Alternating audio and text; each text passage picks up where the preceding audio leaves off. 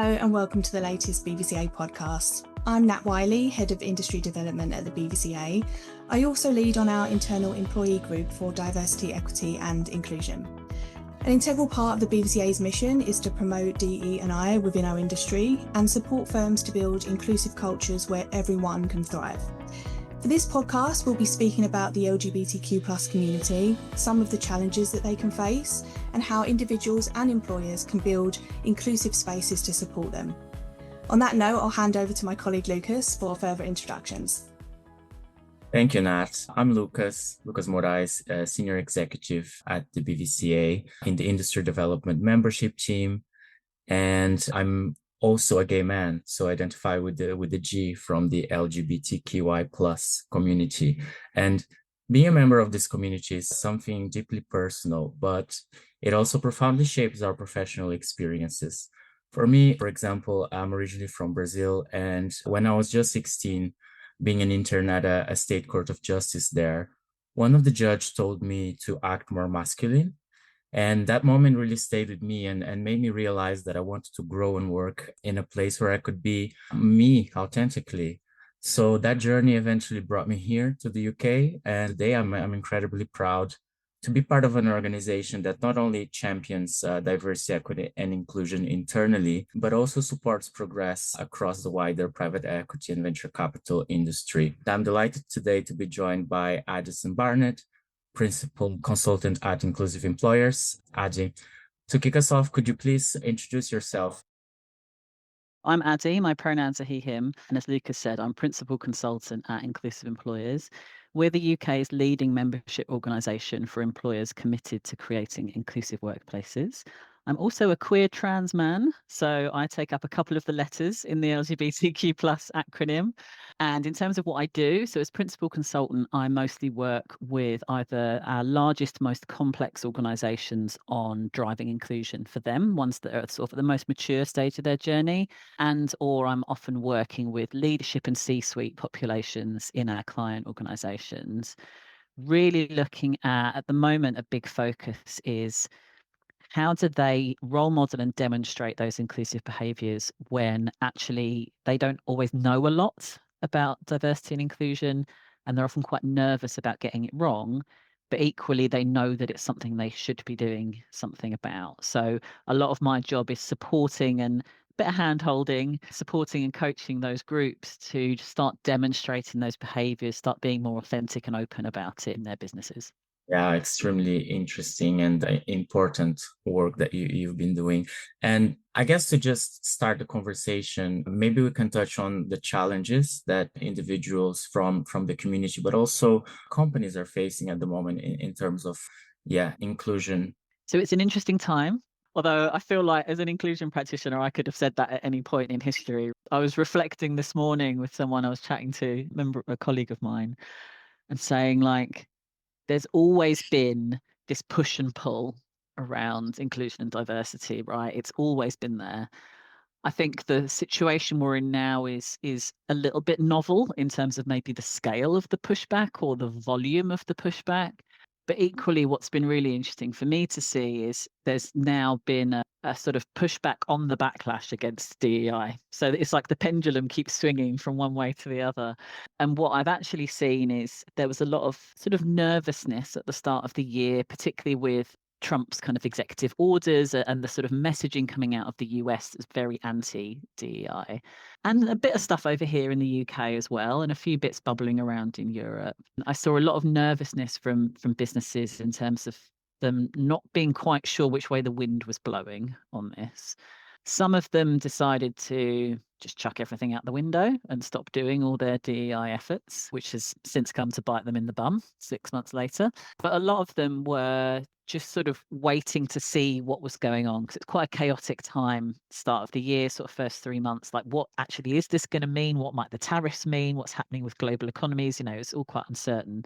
As that's slowly coming through the wash, obviously things are still quite chaotic, but people are kind of settling down a bit and feeling a bit more steady. I'm seeing those organisations for whom this is really aligned with their values and who they are sticking with it. And a lot of them are being brave enough, which is a real difference from sort of 5-10 years ago, brave enough to come out and say that, to say, actually, we're not going to change. This is important for us. This is business as usual. We might need to do it in a different way in certain territories, or we might need to talk about it in a different way. But the core drive there in trying to create that inclusive culture is still really important. And then you've seen some of the organisations that maybe were a touch too quick to drop all of this, thinking that was the way the wind was blowing, have, experienced consequences for it. We've seen people losing contracts in terms of like not meeting procurement rules. We've seen customers like not spending money with people and boycotting different businesses. So it's really interesting because I think we're seeing real genuine consequences for these decisions now, whereas maybe 5 years ago, maybe touch more, 6, 7 years ago, it wasn't so much. The consequences didn't bite so hard, whereas now they do. So it's an interesting times is what I would say in terms of my work. That's a good way of putting it. We held an event yesterday on this very topic, and some of the panelists, they mentioned when they were starting out in their careers and that lack of confidence to be their true selves, just in case they weren't quite sure what they were going to be met with. I don't know how much you're talking to individuals about that idea as opposed to organisations, but what's your sense on, that fear of being able to be your authentic self at work? Yeah, it's still a challenge. It's better in some sectors, in some instances, is what I would say. There has been improvement, but it's not been sort of level. I think broadly, LGBTQ, or well, let's say LG, inclusion and acceptance, is miles better than it was, 10 or so years ago. It's really quite unusual for me to encounter an organisation where there aren't a good level of people who are out and talk about this, and it's just not a big deal, right?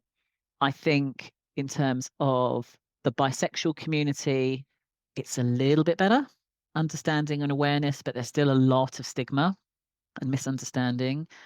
And where the bisexual community feels it is both from straight people and from LG people, from lesbian and gay people. So they can often feel a bit like they don't quite fit in the wider community.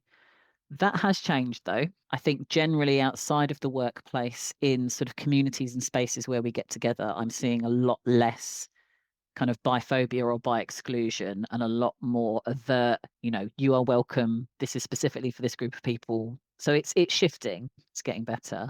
And then as a trans person, very interesting times right now. It's funny, I was thinking about this the other day. I was reflecting on it the other day. And when I first started sort of doing this work, I mostly focused on trans stuff. So this is probably 8 or 9 years ago. And what I broadly encountered when I would speak to organisations and individuals was a sort of well-meaning ignorance about being trans. Like people didn't really understand it, but there wasn't any kind of malice there. They just didn't really get it. And somehow, there's lots of different reasons why this has happened, but we've ended up now where I still think the majority of people are in that sort of well-meaning ignorance space. And actually, as more and more people are coming out as trans, as more kids are coming out as trans, more and more people kind of know a trans person in their workplace or a friend or a family member or someone they care about. There's been a societal shift around that I've definitely noticed. But as with the pendulum, right, it always wants to swing back. So there's also then a very vocal minority who are given a lot of platforms, considering how I don't think it's actually a very large group actually really in the grand scheme of things, but they're very loud, whose voice has become the kind of main driver on talking about trans rights in the last few years, who are really overtly transphobic. So it's been really interesting to sort of interesting is one word, I suppose, to experience that change. I think when I speak to individuals in organizations, it still really depends on the culture of the organization. And it's funny talking to leaders because a lot of leaders would say, oh, of course not. Of course, we wouldn't have any of that here. We wouldn't have any homophobia, or we wouldn't have this, or we wouldn't have that. And it's like, maybe. But when I actually speak to people in your organization, that sense of safety, psychological safety and acceptance and openness isn't there. So even if it wouldn't necessarily be kind of really overt discrimination might be happening, people don't necessarily feel able to, like you say, be their authentic selves. So, for instance, they might be kind of playing the pronoun game when they're talking about their partners, right? So they sort of will say partner rather than husband or boyfriend or girlfriend or whatever. That is still going on in some organisations. Lucas, did you have any further thoughts? What you touched upon, the leadership not thinking that perhaps they have any issues or know that they are inclusive. One of the things that Dr. Candola, which was at the panel yesterday, talked about was our egocentric biases. So when we talk about biases, it's not only what's unconscious, but also we're mostly biased toward thinking from our own perspective that we do things right. And so I think it's interesting that you highlight that the senior leadership might think that the culture is inclusive, but then when you get to individuals and talk to them if they feel included or accepted, that's not always the case. And my question there is like, what can be done from a leadership perspective to create the environment that is inclusive and that people feel accepted and they feel able to talk about their partners openly? So there's several things. The best first step is just start talking about it. And I think that's often the hardest step for leaders. Because if you think about, the sort of typical very senior person in an organization, whether they're C-suite or a director or whatever, they are in that role because they are deeply experienced and knowledgeable about that department, finance or HR or ops or whatever it is. They really know their stuff, so they are used to knowing the answer. So it's not often actually that they are in a position where they're not in their comfort zone in terms of what they know what to say or how to express it or how to navigate a situation.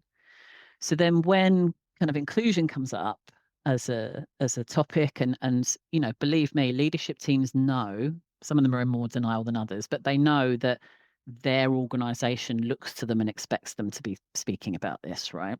The fear they have is it would be akin to me, I don't know, turning up to a leadership meeting at one of your member organizations and talking about investing in something, right? I have nothing to give in that space. I have no expertise. There are much smarter people in the room who know the answers, right? So I would understandably be nervous about doing that. But this is essentially what we're asking leaders to do. So I think what they can do is just start that conversation. And something I work with a lot of leaders on and try and give them as much permission as possible is to say, people don't expect you to be an expert on this. What they expect from you is to engage with it and to try.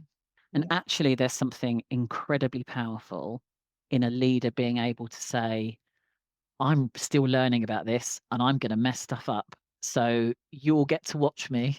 But the deal is, I'm going to try and I'm going to mess up and learn. And so are you. And we're all going to do it together.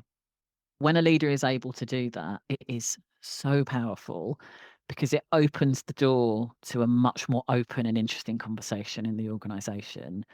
And while that might feel like an absolutely terrifying thing for a leader to say, the shift it makes in terms of culture is absolutely huge. Because what you're doing is you're being vulnerable. So you're going to your organization and saying, I'm being a bit vulnerable here, and I hope you're going to give me a bit of grace with it. And 99.9% of people will when you do that. But also it's saying like, you know what? We don't have to be experts to start talking about this. We don't have to wait until we know everything in order to act. We can start doing stuff now.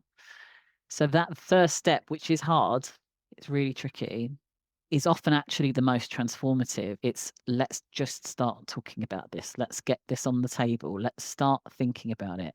And then, obviously there's sort of steps you go through in terms of kind of embedding it in your structures and practices and behaviors and stuff, which we, work with organizations with all the time. But just opening that door and just starting to talk about it and leaders starting to show up to things, asking questions, being interested, so powerful. Yeah, facilitating that open conversation as a leader or, a team manager just shows that you are trying to create that psychological safety for people. And I suppose, Addy, if you are one of those leaders who is sort of early on in the journey, or even if perhaps you are fairly advanced, where you know that you want to create that strategy, what are some of the steps that you're seeing firms taking? Is it data collection? Is it policy? All of the above? So I would say organizations tend to approach these things how they approach everything.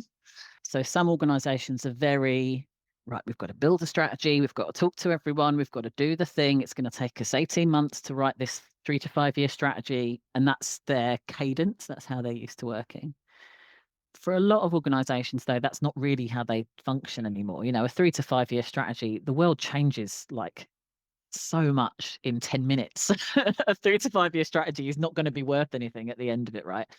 So what I'm increasingly seeing is more like shorter, almost like sprint approach. So like, this is the plan for this quarter. This is the plan for this quarter. This is the plan for this quarter. So being a bit more agile and focused on it. Ultimately, it's about what's going to work in your wider organization. And I think one of the mistakes that a lot of people make with inclusion is they'll treat it as though it's a separate bit of the business or a separate activity. It should be in everything. It should be a way that you go about every bit of your business, whether it's processing invoices or speaking to someone at reception, right? It should be a golden thread through everything. So the more that you can approach it that way, how do we build it into everything we do? The more effective it's going to be. One thing that I am very passionate about, evangelical about, is about being data driven in all of this.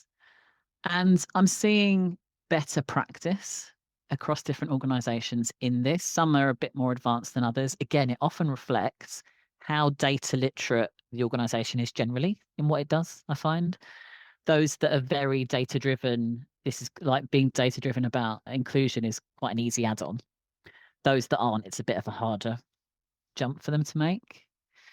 But for instance, who are your staff is a really important question to know. How do they feel? That's a good starting point. But then you want to start cutting into that and going, where do they move? So this is our staff population. This is sort of what the broad demographics look like. Where are the ceilings people are hitting? Mm. And then once you start finding those ceilings, you can go, okay, the data says there's a blocker here. You know, let's just say for the sake of argument, we're 50-50 male and female up to middle management. And then suddenly it tips and it's mostly men. So there's something happening there that you need to learn about, right? So that's what I mean by being data driven. So you're using the data to help you identify where might those blockers be, where might the good practice be. You might look across the data and go, this team is brilliant at whatever, you know, race inclusion and promoting people up. What are they doing? What can we learn from them? How can we transfer that across the rest of the business? So I'm very passionate about that. The thing I will say though is that if you're going to gather the data, there's a few things you need to think about. Firstly, don't just gather it for the sake of it, because that's a waste of everyone's time, right? And all you will do is erode trust from your staff if you do that, because you'll say, oh, we're going to gather this data and we're going to do this. And then if you don't do it, why should they share anything with you after that point if you've not kept that promise? But also in the current context we're in, think about what data you need to gather and how are you going to keep it safe? So we're in an environment now of cyber attacks, of data breaches, of conversations in governments around the world about trying to access people's data around this kind of stuff so that they can be found. Like, it sounds like scaremongering, but it's being spoken about. Even in the UK at the moment, you know, I would probably personally be saying to a lot of trans people, don't share this data with your employer. Because once you've disclosed, you have no control over where that data goes. So we've got this, it's lovely to have that data about your staff, but you need to really think carefully about how safe you're keeping that data. And can you guarantee that it is fully safe? And if it's not, then you need to think about a different way. Because what if in 3 years' time, you know, all this stuff, you've gathered it, lovely, it's on your HR system, right? So, oh, it's fine, it's safe, it's on the HR system. And then your HR system, whatever it's called, in 3 years' time, has a massive global data breach. Then what? All that data's out there about people. And that's the world we're living in now. So you need to, you know, this is serious stuff. You need to take it seriously and think about it carefully. That's not to say don't gather any data at all, because it's so valuable, but just be thoughtful about how you're going about gathering it. Where is it going? How are you keeping it safe? Because this is important stuff. I think when it comes to organisational activity and creating that safe space, what we've heard from our colleagues is that on an individual level, people are super keen to be supportive, but they don't quite know, necessarily what that means. Like, what does being an ally mean, right? Beyond being passive and supporting, what can individuals do, especially colleagues? What can they do to sort of show support? So this is something that a sort of trend that we noticed probably 5-6 years ago. We were having a lot of conversations where an organization might have like their staff networks and they've got, some policy stuff happening, like things are going on. But they were like, we've got this big population of people who do care about this, but they don't know what to do. And we don't want to say to them, just be inclusive, because what does that mean, right? You've got to equip people with really practical tools of how to go about that. So we devised an allyship program, basically, our Inclusion Allies program, literally to solve this problem, because it's recognizing that most organizations, if you think about your bell curve again, you're going to have your people at this end who care about this, know about it, might be running your networks, they're going to events, they're kind of self-serving, they're learning themselves, they're the high performers, off they go. You'll then have a little bit at the end who are probably actively disengaged and maybe anti this. But your big lump in the middle is the people who, if you spoke to them about, do you want the workplace to be fair and inclusive and supportive of people, they'd go, yeah. But if you said, okay, what can you do about it? They'd be like, I have no idea. So we devised this program to answer that question. So it's aimed at upskilling allies with the tools they need to make that happen wherever they are. So often with a lot of this stuff, and I think this is something that some inclusion sort of training or communication, it doesn't do us any favors. I feel like if you're not giving people real tangible actions that they can apply tomorrow to their job, then you're doing them a disservice, because people will have the desire to change their behavior, but you've got to give them the tools to do it. You can't just expect them to sort of magically work it out for themselves. It's like with anything else, right? If we want people to upskill in the workplace, then we upskill them. If we don't expect them to magically learn it by osmosis, this is exactly the same. So it's how can you equip that population, because they're a really powerful population. How can you equip that population to do some of those tangible things, to give them a bit of a toolkit, a starter for 10, that they can then start building a bit of confidence and start running with? And what you'll find is that once you've given people a bit of a foundation and some sort of principles to work within and some practical ideas, off they go. They'll find things, this is the nature of humans, right? This is what we do.